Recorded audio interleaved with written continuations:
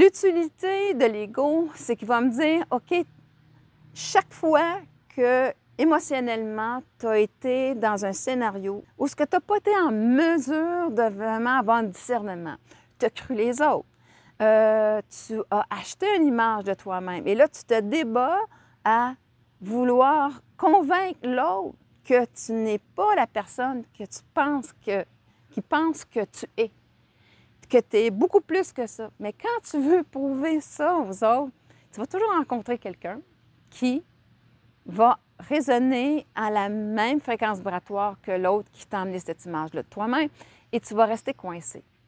Alors, je ne veux pas arriver dans tous les détails, mais ce que tu dois savoir, c'est que la grande différence, c'est que réalise qu'aujourd'hui, tu veux sortir d'un système de survie que lui s'est habitué à s'adapter à certaines réalités. Et tu vas faire des choix qui vont faire que finalement, plus tard, c'est toi-même qui vas faire des choix, qui va te ramener dans cette réalité-là que finalement tu veux fuir. Mais ton système va te ramener dans cette réalité-là parce que lui, comme tu l'as subi quand tu étais enfant, eh bien, il a conçu que c'était une réalité et qu'il s'est adapté pour ta survie. Donc, il sait comment faire. Et lui, c'est lui qui ne veut pas lâcher prise parce que là, tu te dis, écoute, moi, je sais comment faire, mais si tu me changes, tu changes ma réalité pour quelque chose d'autre, bien là, je ne sais pas quoi faire. Il n'y a pas besoin de savoir quoi faire. Toi, aujourd'hui, tu as les ressources nécessaires et tu sais quoi faire si tu écoutes ton GPS intérieur.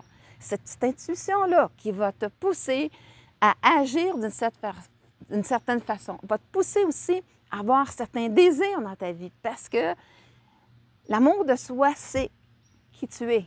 Donc, elle veut finalement t'influencer par des pulsions de vie qui vont faire en sorte que tu vas avoir des désirs, que tu vas avoir des pulsions de vie, justement, qui vont t'encourager à aller à une certaine voie.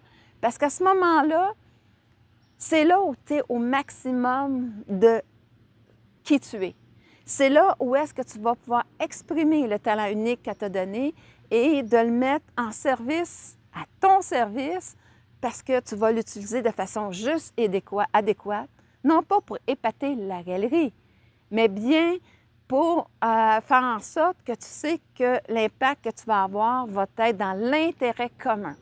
Ça veut dire que ça va être donné dans l'amour, dans le respect de moi et de l'autre. Et là, à ce moment-là, eh bien, elle sait comment faire. Tandis que ton système de survie, lui, justement, il veut plaire aux autres, il veut impressionner l'autre, il va avoir de la valeur par rapport à l'autre. Et à ce moment-là, c'est dans cette reconnaissance-là des autres qu'il cherche la nourriture intérieure. En pleine conscience, l'amour ne cherche pas la reconnaissance des autres.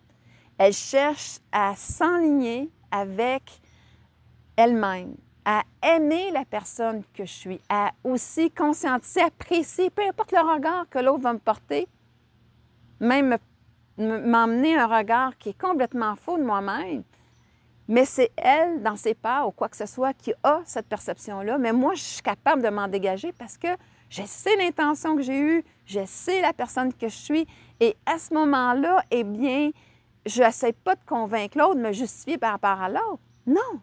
Je le sais, j'ai juste une très belle compassion face à l'autre pour dire, bien, c'est correct. Elle vit quelque chose par rapport à elle dans son évolution. Et moi, dans mon évolution, ça me permet de dire, de ne pas me rejeter, de ne pas m'abandonner à l'image que l'autre a de moi pour reconnaître mon intention et honorer la personne que je suis en faisant quoi? Bien, en pleine conscience, en honorant le geste, l'intention que j'ai eue à travers le geste que j'ai posé, qu'on peut quelquefois me reprocher parce qu'il était mal compris.